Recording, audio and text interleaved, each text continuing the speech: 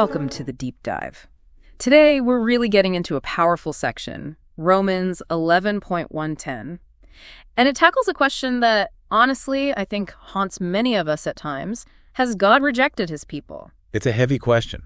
We see so much rejection around us, don't we? Yeah, absolutely. We live in a world where things, relationships, even jobs can feel disposable. You know, if something disappoints us, we often just move on. And it's so easy to project that onto God, to worry that when we mess up, maybe spectacularly, he'll finally just give up on us. Right.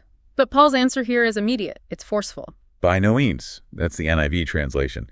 It's about as strong a negatives as you can get. And that's the core assurance we want to unpack today. It's this idea that, well, maybe if God had a dictionary, the word reject just wouldn't be there when it comes to his chosen people. Okay, I like that. His love isn't conditional like ours often is. Exactly. Yeah. His commitment stands firm regardless of our, performance anxiety. So let's look at the proof Paul offers. He doesn't start with some abstract theory. No, he gets personal right away. He says, "For I myself am an Israelite, a descendant of Abraham, a member of the tribe of Benjamin."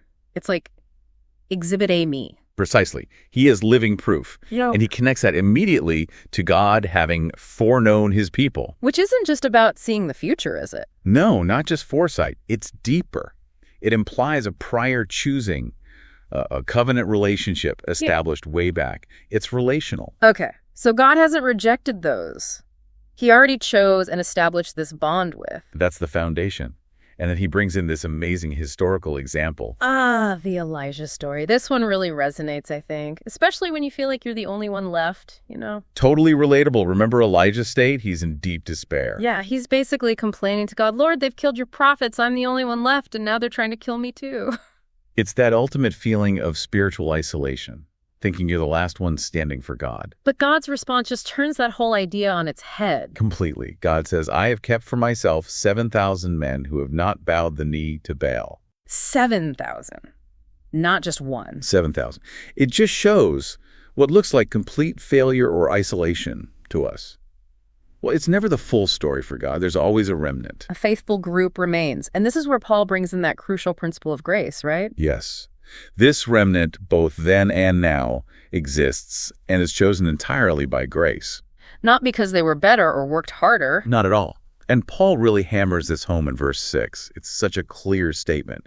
He says, if election is by grace, it cannot be based on works. Otherwise, grace wouldn't be grace anymore. Exactly. You can't mix them. It's like oil and water.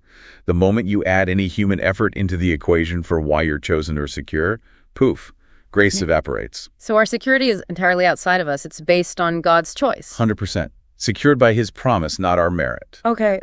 But then how do we handle the next few verses? This is where it gets a bit challenging, I think. You mean the part about hardening? Yeah. Paul says, while the elect obtained this grace, the rest were hardened. Verses 7 through 10 talk about a spirit of stupor, eyes that don't see, ears that don't hear. That sounds like God is involved in some kind of rejection there. That's a really important point to wrestle with. And Paul includes it for a reason.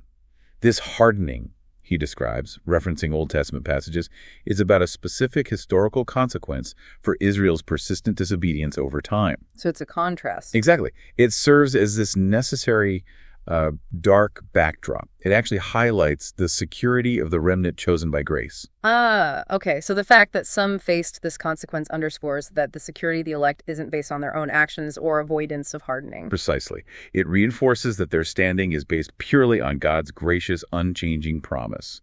It paradoxically solidifies the point about grace. So bringing it back to us, to you listening, when you feel unworthy, when you think, I've messed up too badly this time. When you feel like a failure. You have to remember Paul's point here. You're chosen, you're loved, you are secure, because God's promise is just fundamentally stronger than your failure. It really does bring us full circle, doesn't it? Back to that core truth. Yeah. God does not reject his people, period. You belong to him, secure in promises he made, not in promises you keep perfectly. And knowing that, truly believing that, deep down, it has to change things. It should change how we live. Right. So maybe a thought to mull over this week is this.